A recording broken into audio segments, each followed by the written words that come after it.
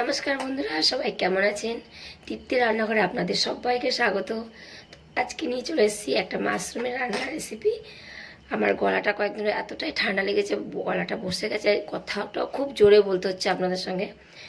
তো চেষ্টা করছি আপনারা সব বুঝতে পারবেন আশা করছি, কারণ আমার গলাটা এতটাই বসে গেছে, কথা হয়তো আপনারা অর্ধেকটা বুঝতে পারবেন না। যাই হোক, সেই চেষ্টা করছি আপনারা যাতে বুঝতে পারেন সেইভাবে কথা বলার। আর চলুন দেখা যাক আজকে কী রান্না করছি। এই যে মাশরুম, কেনা মাশরুম এটা নিয়ে এসছে, এটা কী করে রান্না করছি চলুন সেটাই দেখা যাক। প্রথমে মাশরুমের প্যাকেটটাকে খুলে কেটে নেব ভালো করে।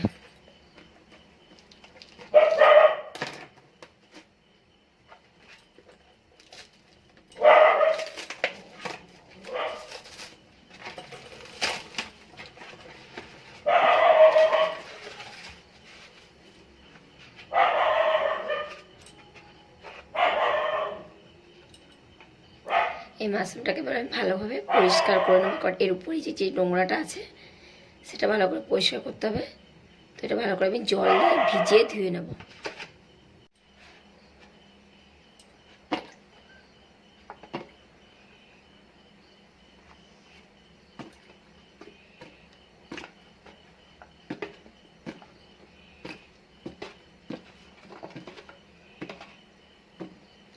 এটা খারাপ হয়ে গেছে, এটা বাদ দিয়ে দেবো।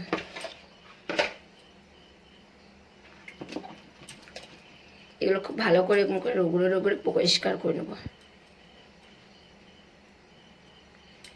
এমনি করে একটু জোরে এরকম প্রেসার দিলেই এটা পরিষ্কার হয়ে যাবে।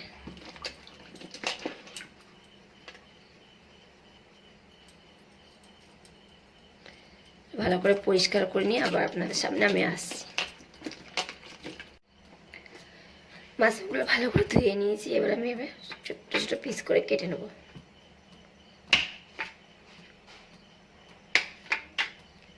পিস করে কেটে নেব।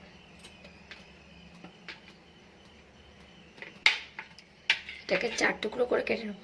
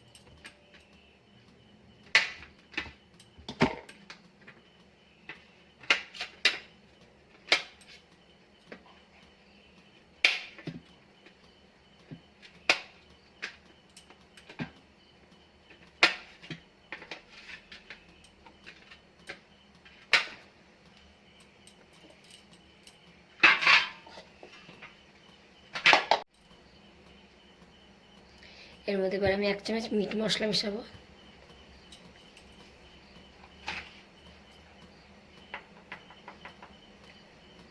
হালকা হলুদ সামান্য,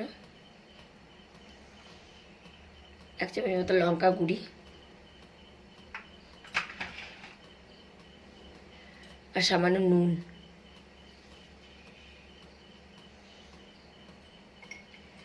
এটা ওকে ভালো করে মাখবো।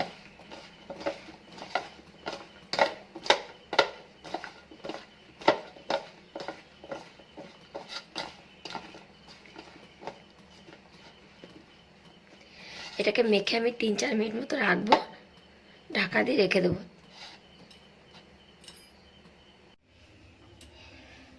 আমি এখানে গ্যাসে কড়াই চাপিয়ে দিয়েছি, আর কড়াইটা আমার গরম হয়ে গেছে। এবার আমি কড়াইয়ে তেল দিয়ে দেবো।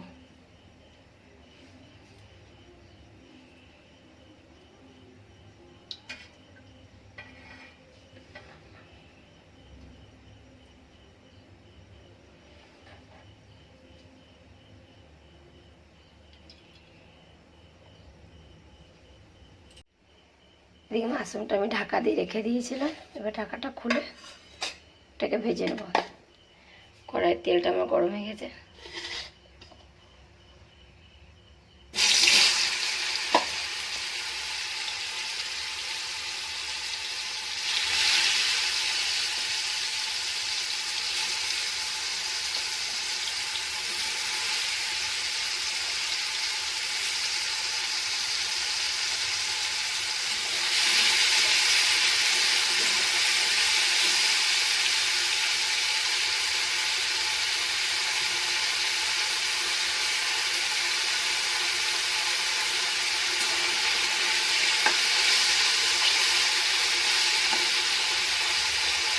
যখনই ভাজবেন ভেতরে যে জলটা আছে সেই জলটা আপনি এরকম বেরিয়ে চলে আসবে।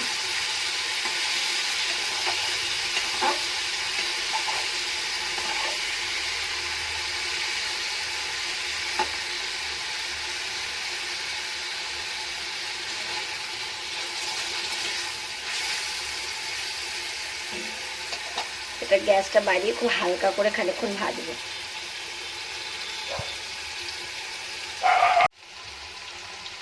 এটা ভাজা হয়ে গেছে, আবার এটা আমি নামিয়ে নেব।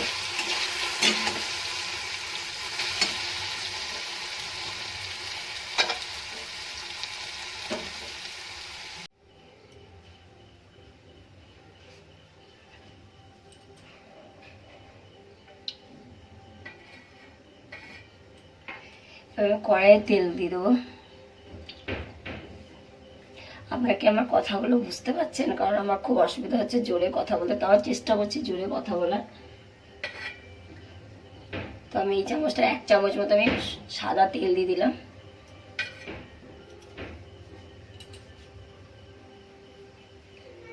তেলটা গরম হয়ে গেছে, আমি গোটা জিরে দিয়ে দেবো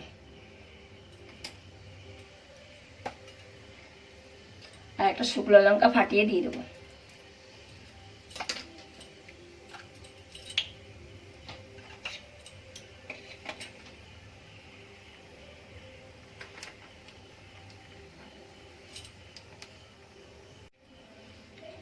এক বাটি পেঁয়াজ কেটে রেখেছিলাম, একটা গোটা পেঁয়াজ কুচিটা দিয়ে দেবো।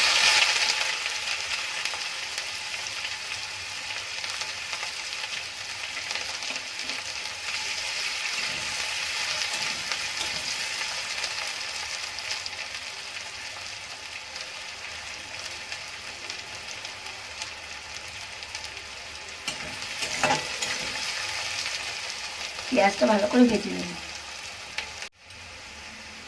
পেঁয়াজটা আমার মোটামুটি ভাজা হয়ে গেছে। এটাতে আমি 2টো কাঁচা লঙ্কা, আদা আর রসুন একসঙ্গে পেস্ট করে রেখেছিলাম, তো এটা পুরোটাই শিলে বেটেছি, সেটা দিয়ে দেবো।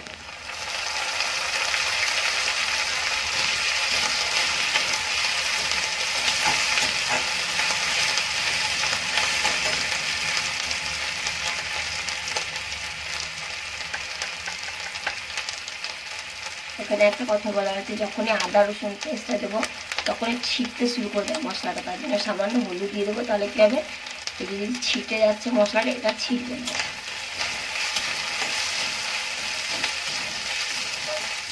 আর এটা ছিটে ছিটে গায়ে লেগে যায়, তখন খুব অসুবিধাও হয় গায়ে। এবার আমি এখানে একটা গোটা টমেটো, বড় সাইজের টমেটো মানে গ্রেট করে রেখেছি, সেই টমেটোটাও দিয়ে দেবো।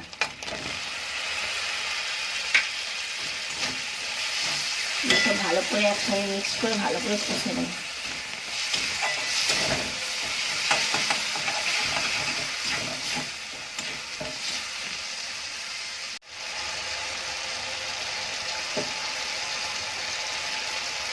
টমেটোটা একটু ভালো করে কষে নিয়েছি। এবার দিয়ে দেবো 1 চামচ জিরে গুঁড়ো,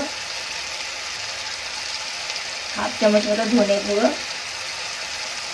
আগে আমি লঙ্কা গুঁড়ি দিয়েছি, তাই লঙ্কা গুঁড়িটা এখন একটু কম দেবো। হলুদ গুঁড়ো দেবো 1 চামচ। এবার সব মশলাগুলো আবার একবার ভালো করে কষে নিই।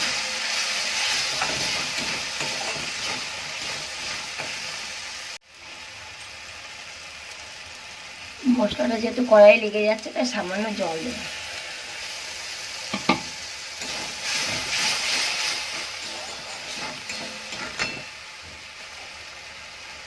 মশলাটা এখনো পর্যন্ত আমি কোনো নুন দিইনি, তাই নুনটা দিয়ে দেবো।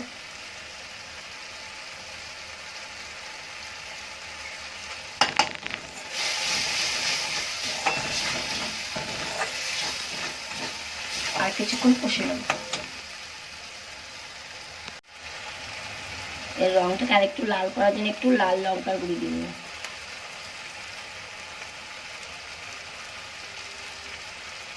যাতে কালারটা একটু সুন্দর হয়।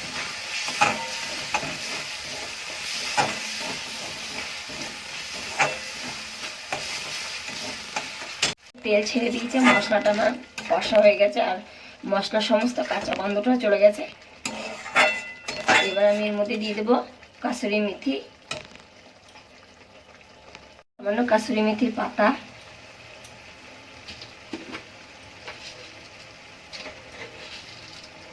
খুবই সামান্য চিনি দিয়ে দেবো স্বাদটাকে ব্যালেন্স করার জন্য।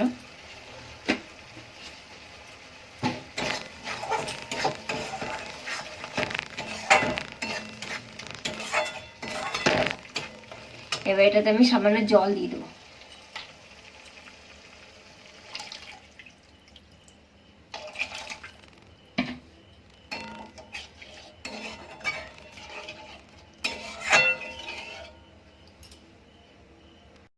জলটা ফুটে উঠেছে, যে মাশরুমটা আমি ভেজে রেখেছিলাম সেটা দিয়ে দেবো।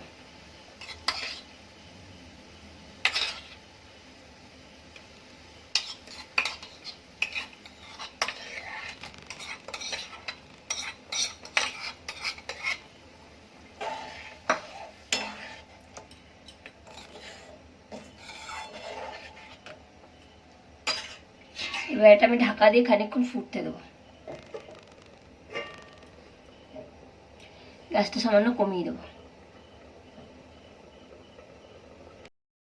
একবার দেখবো।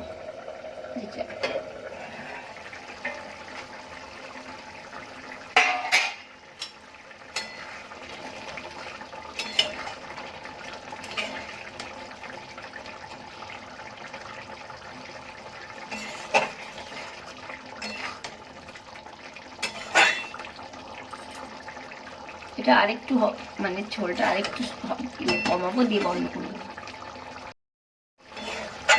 আমার এটা এবার রান্না হয়ে গেছে, এবার আমি গ্যাসটা বন্ধ করে দেবো।